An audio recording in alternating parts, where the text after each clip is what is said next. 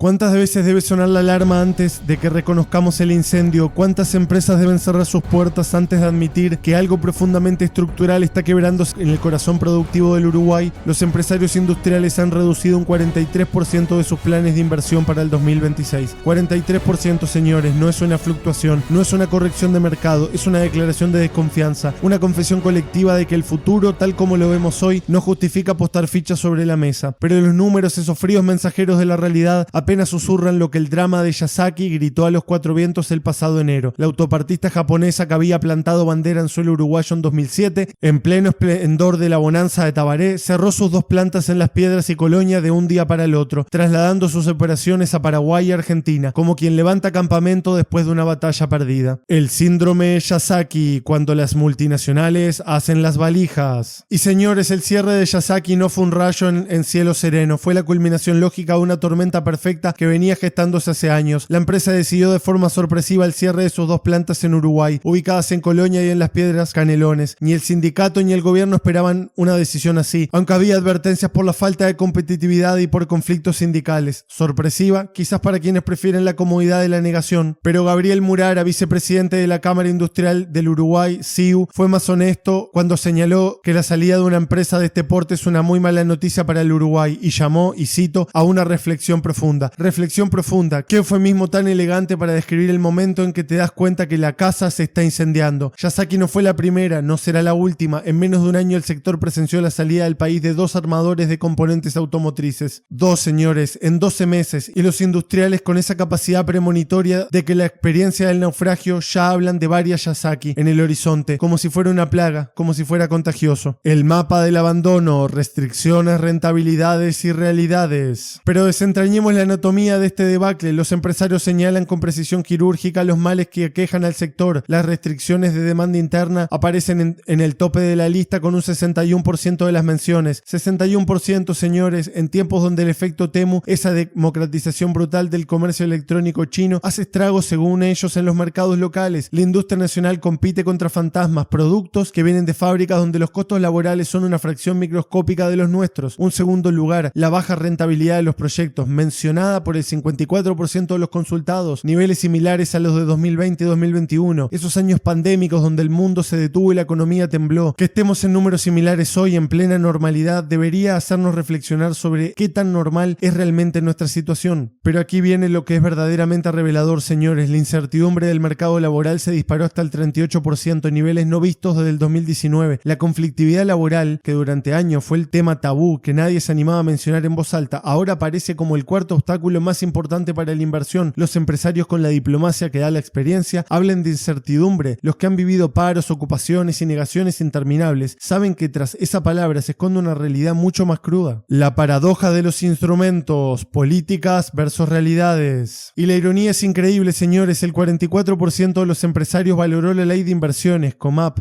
como el principal instrumento de apoyo al sector. 44%, pero otro 44%, exactamente el mismo porcentaje, declaró no haber utilizado ninguno de los elementos de apoyo disponibles.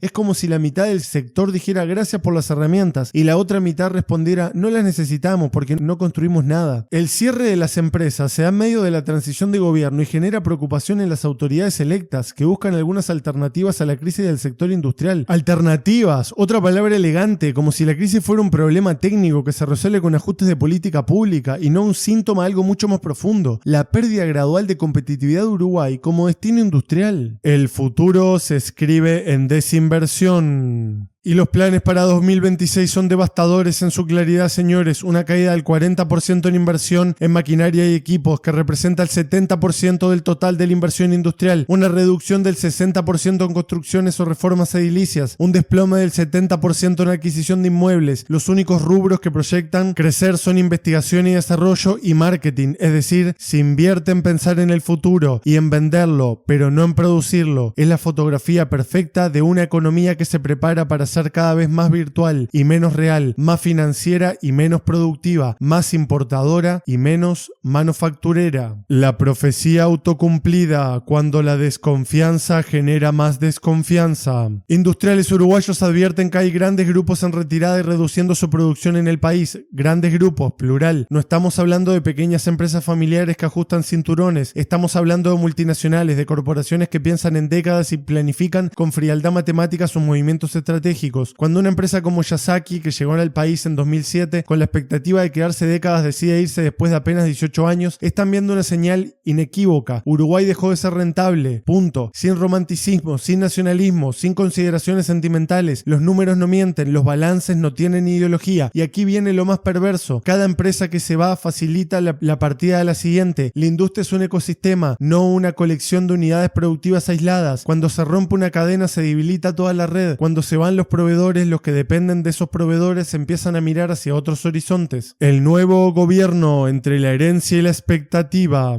Fernanda Cardona dijo: el anuncio del cierre de la fábrica de autopartes sin duda lo sorprendió. La futura ministra de Industria sorprendía, como si no hubiera señales, como si las encuestas de la CIO fueran documentos clasificados y no informes públicos que cualquiera puede leer. El nuevo gobierno asume con el peso de una transición industrial en marcha. No es una crisis que va a generar, es una crisis que va a heredar, pero también es una oportunidad. La pregunta no es si va a poder revertir el declive industrial. Eso a estas alturas parece una misión imposible, sino si va a poder gestionar inteligentemente esa transición hacia un modelo económico diferente. La cuenta regresiva, lo que viene. Y así está la historia, señores. Las cifras cantan, los empresarios han hablado, el futuro está escrito en desinversión y repliegue. Uruguay se encamina hacia una economía de servicios, turismo y exportación de materias primas, como una industria cada vez más residual y especializada en nichos muy específicos. No es necesariamente malo, Dinamarca no es una potencia industrial y vive mejor que nosotros, pero cuidado, señores, requiere honestidad intelectual, reconocer que el modelo de desarrollo industrial que los últimos 20 años ha llegado a su fin y que lo que viene después exige políticas públicas completamente diferentes. Y observe con atención lo que va a suceder: cada cierre de empresa, cada reducción de plantilla, cada mudanza de empresas hacia Paraguay y Argentina es una página más del mismo libro, el libro del fin de una era, el libro de la transición hacia algo que todavía no sabemos muy bien qué es, pero que definitivamente no se parece a lo que fuimos. Los números no mienten, señores, las empresas tampoco. Solo nosotros a veces preferimos la ficción a la realidad, pero la realidad, como siempre, termina imponiéndose, con o sin nosotros.